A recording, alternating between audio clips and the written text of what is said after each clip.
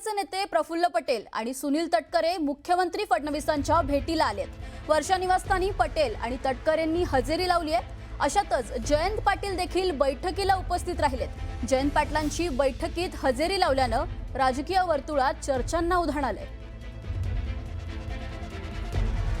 तर आपण पाहतोय जयंत पाटील देखील बैठकीला उपस्थित आहेत। या संदर्भात अधिक माहिती देण्यासाठी आपले प्रतिनिधी कृष्णा आवटी आपल्या सोबत आहेत।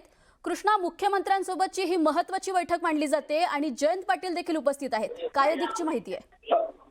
अगदी राज्यातील राजकीय घडामोडींना वेग आला असून मुख्यमंत्री देवेंद्र फडणवीस यांच्या शासकीय वर्षा निवासस्थानी भेटीची मालिका जी आहे ती सुरू झालेली आपल्याला पाहायला मिळते। अगदी काही वेळापूर्वीच राष्ट्रवादी काँग्रेस म्हणजेच अजित पवार गटाचे प्रदेशाध्यक्ष सुनील तटकरे, कार्याध्यक्ष प्रफुल्ल पटेल हे दाखल झाले असता यांच्यात एक बैठक पार पडत असताना त्याच दरम्यान थेट राष्ट्रवादी काँग्रेस शरद पवार पक्षाचे म्हणजे गटाचे जे माजी प्रदेशाध्यक्ष राहिलेले आणि आमदार आहेत आणि ज्या त्याच गटाचे ज्येष्ठ नेते देखील आहेत। मी तुम्हाला थोडंसं थांबवते। आपल्यासोबत अमोल मिटकरी जी आहे। अमोल जी, आपण ही बातमी पाहतोय पटेल तटकरे यांची वर्षा निवासस्थानी भेट असताना जयंत पाटील देखील तिथे उपस्थित आहेत। खरं तर आश्चर्यकारक आणि अद्भुत चमत्काराने ओतप्रोत भरलेली ही आताची बातमी आहे। म्हणजे मलाच आता हसायला येतंय। वर्षा बंगल्यावर एक वेळ आमच्या पक्षाचे दोन्ही वरिष्ठ नेते मुख्यमंत्री महोदयांच्या भेटीला गेले असते तर समजू शकलो असतो की अर्थ खात्यावरून सध्या राष्ट्रवादी काँग्रेस पक्षाच्या कार्यकर्त्यांमध्ये असंतोषाचं आणि नाराजीचं वातावरण आहे। कारण अजितदादांच्या विमान दुर्घटनेच्या अपघातानंतर म्हणजे त्या विमान दुर्घटनेनंतर राष्ट्रवादी काँग्रेस पक्ष हे खातं अर्थ खातं पक्षाकडे असेल असं मुख्यमंत्री महोदयांनी सांगितलं होतं, पण ते अद्यापही भेटलं नसल्यामुळे आमचे काही वरिष्ठ नेते माननीय मुख्यमंत्र्यांना भेटणार होते। आता ते इतक्या रात्री भेटतायत आणि त्याबरोबर जयंत पाटील साहेब आहेत। म्हणजे ही बातमी मलाच समजली नाही कशी आहे म्हणून।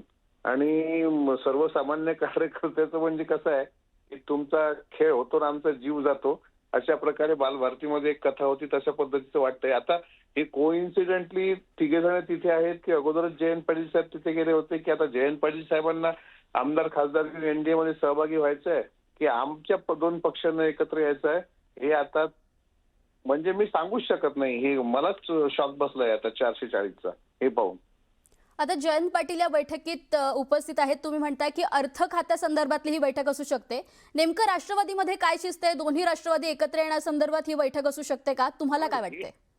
ही बैठक एक तर आता या तिघांचे व्हिज्युअल माझ्यापर्यंत आलेले नाहीत की तिघही सोबत आहेत का। न्यूज 18 कडे जर ते असतील तर त्यांनी ते दाखवायचे, नंबर एक। दुसरं असं आहे की तिघ जण जर बसलेले आहेत आणि चौथे जर माननीय मुख्यमंत्री आहेत तर आता इथं गोंधळ असा आहे की जयंत पाटील साहेब आमच्यासोबत पक्ष घेऊन येत आहेत एनडीए मध्ये म्हणजे महायुतीमध्ये, की मग आम्ही दोघं एकत्र होतो।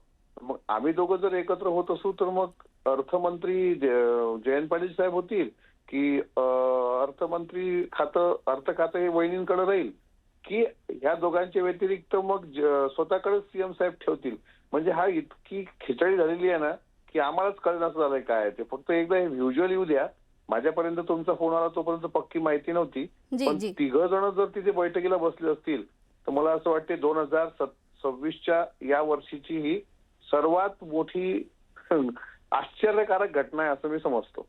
अमोल मिटकरीजी, खूप महत्त्वाचं विधान बोललात अर्थ खात्याबद्दल। धन्यवाद। सविस्तर आमच्याशी बातचीत केली याबद्दल।